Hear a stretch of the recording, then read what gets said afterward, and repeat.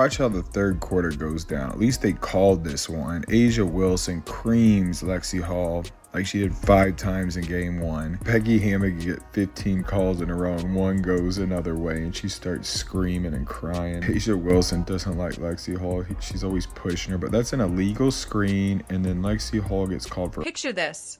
A player with a back injury so severe she's listed as a game time decision steps onto the court, gets targeted by the opposing team's superstar, absorbs hit after hit, and still manages to tie a playoff record while the refs look the other way.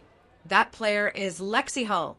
And what happened to her in Las Vegas 2 nights ago has the entire WNBA world talking about a league that's lost control of its own game. We're about to dive deep into one of the most controversial playoff games in recent memory, where 41 fouls were called. Every game, feels like it's been a physical season. But yes, I think, I feel like I've been on the ground a little bit more this series so far. But we just keep getting back up, so that's all you can really say. Called in a single game, where a player nursing a back injury became a human punching bag, and where the so-called MVP of the league walked away with praise while her opponent limped off the court. This isn't just about basketball anymore. This is about a system that's failing its players when they need protection the most. Let's rewind to where this all began. Game 1 in Las Vegas was supposed to be a coronation for the 2-time defending champion Aces. The Indiana Fever, a young team making their...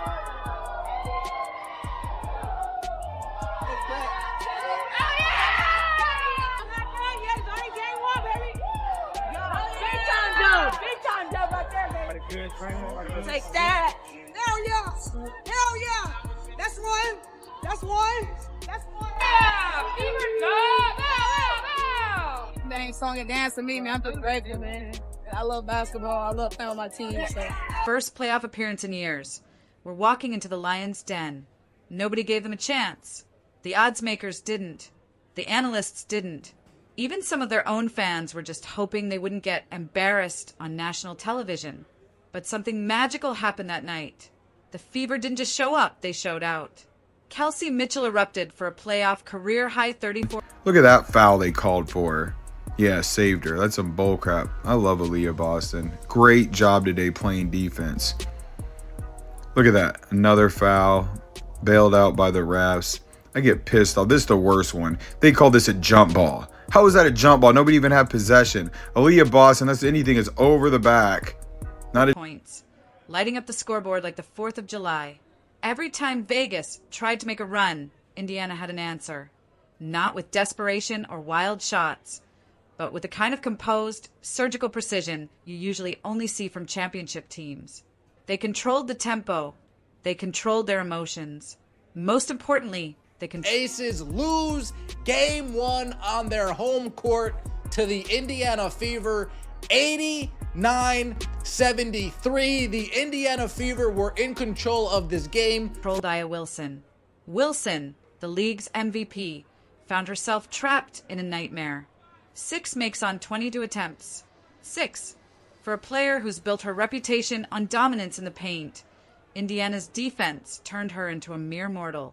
They contested every shot, made her work for every look, and refused to give her the easy buckets she'd grown accustomed to. By the time the final and set a screen on him without enough time for letting the player being screened react. And then look at this. This one, their arms lock up, but you gotta let go at some point. Like, you can't bring the person closer to you and just stay locked in while the offensive player is trying to get the rebound. But we know A'ja Wilson only received... sounded. The Fever had delivered a statement that echoed throughout the entire league, 89-73. A 16-point blowout. On the road, against the defending champions.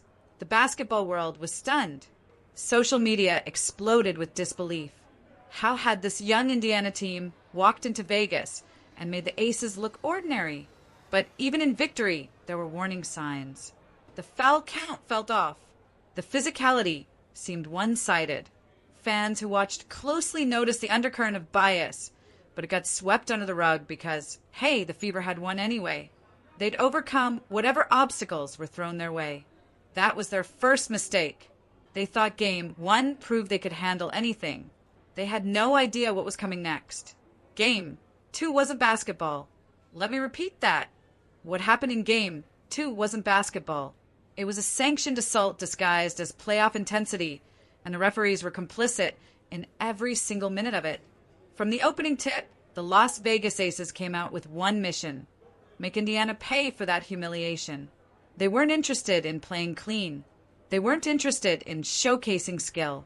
They wanted to hurt people, and the officials let them do it. 41 fouls. 41.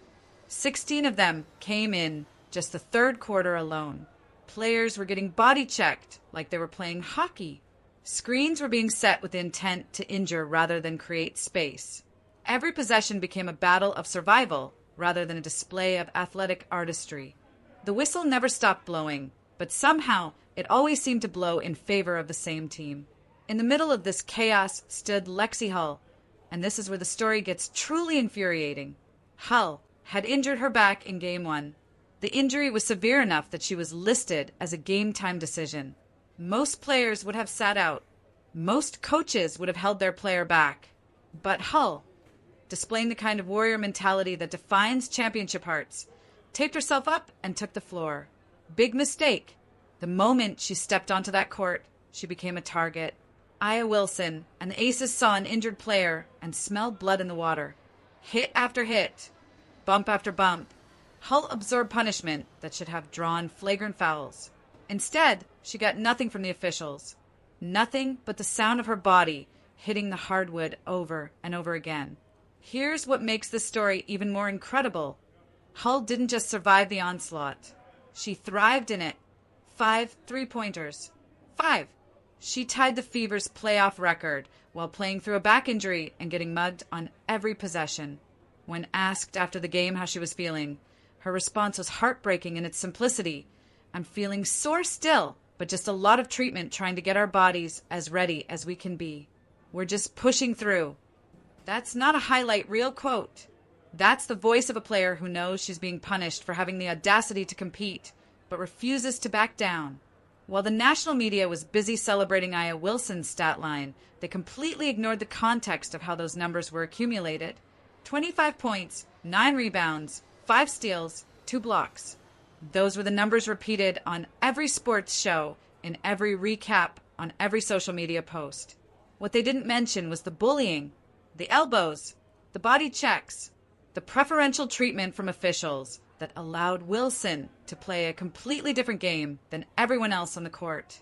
When you're getting calls that your opponents aren't getting, when you can be physical without consequence while they get whistled for breathing on you, of course your numbers are going to look impressive.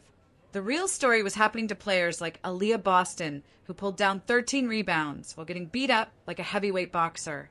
Boston, still just in her 3rd season, played with the heart of a 10-year veteran, fighting for every board despite absorbing shot after shot to the ribs and back. Paint touches that should have resulted in free throws turned into no calls. Yet she never complained. She just kept fighting. Odyssey Sims provided 18 points while constantly trying to dribble through double teams and hacks at her arms. Every time she found a rhythm, another whistle would stop play. Every time she created something beautiful, the chaos would swallow it whole. You could see the frustration building in her eyes, but like her teammates, she never stopped competing.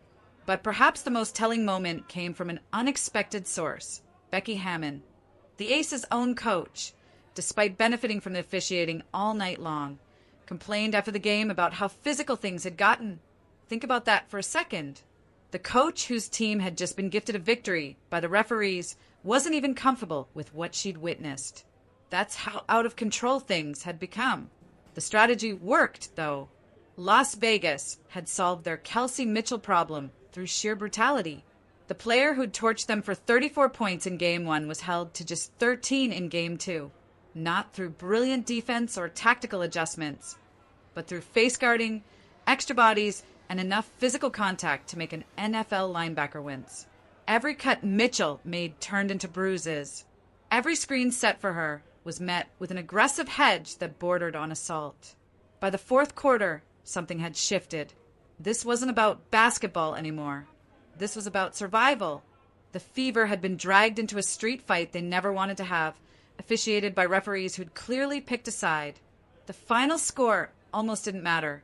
What mattered was the message that had been sent. If you dare to compete with the establishment, if you dare to upset the natural order, there will be consequences. But here's where this story takes an interesting turn. The series is heading back to Indianapolis, back to Gainbridge Fieldhouse, where 17,000 fans are waiting with the kind of energy that can shake a building to its foundation. The same crowd that's watched their team get disrespected and beaten up for 2 games is about to get their chance to make some noise. Home court advantage in the playoffs isn't just about familiar rims or comfortable surroundings.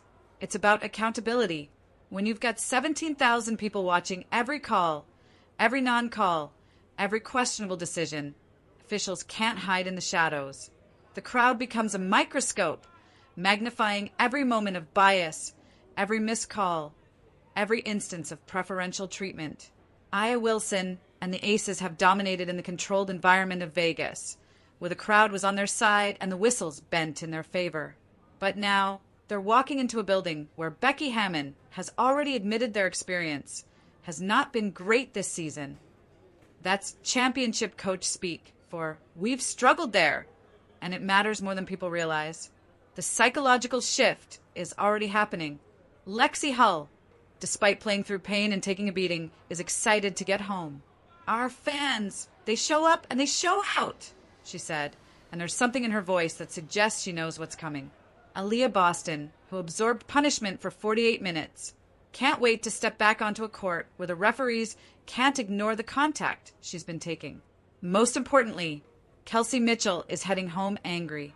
The player who was face-guarded, double-teamed, and physically harassed into 13 points has had 2 days to think about what happened. 2 days to let that frustration build into something productive, something dangerous. The Fever have already proven they can beat this Aces team. Game 1 wasn't a fluke. It was a blueprint. They controlled Aya Wilson when the game was called fairly. They executed their system when they weren't being dragged into chaos. They showed composure when the environment was hostile and the stakes were high. Now imagine what happens when they're the ones with a friendly crowd, when they're the ones getting the benefit of the doubt from officials who can hear every roar of disapproval from the stands. When players like Hull can play through their injuries without getting targeted for further punishment. The battle scars from Las Vegas aren't weakening this team. They're fuel. Every hit Hull absorbed is going to translate into energy when she steps onto that Gainbridge court. Every questionable call Boston endured is going to turn into determination when she posts up in front of her home crowd. Every time Mitchell was face-guarded and frustrated is going to explode into something special when 17,000 people are chanting her name. Games 3 and 4 in Indianapolis aren't just the next chapter in this series. They're the moment when the Indiana Fever transform pain into power, when they turn controversy into championship energy, and when they show the entire WNBA that talent and heart can overcome politics and preferential treatment. The Aces thought they could bully their way to another championship. They thought they could rely on favorable officiating and physical intimidation to maintain their stranglehold on the league. What they're about to discover is that sometimes the story has a different ending than the one the establishment had written. Lexie Hull is heading home. So are her teammates. And they're bringing 2 games worth of anger, frustration, and unfinished business with them. The real question isn't whether they can compete with Las Vegas. Game 1 already answered that. The real question is, what happens when they finally get to play basketball instead of surviving a street fight? We're about to find out, and it's going to be beautiful.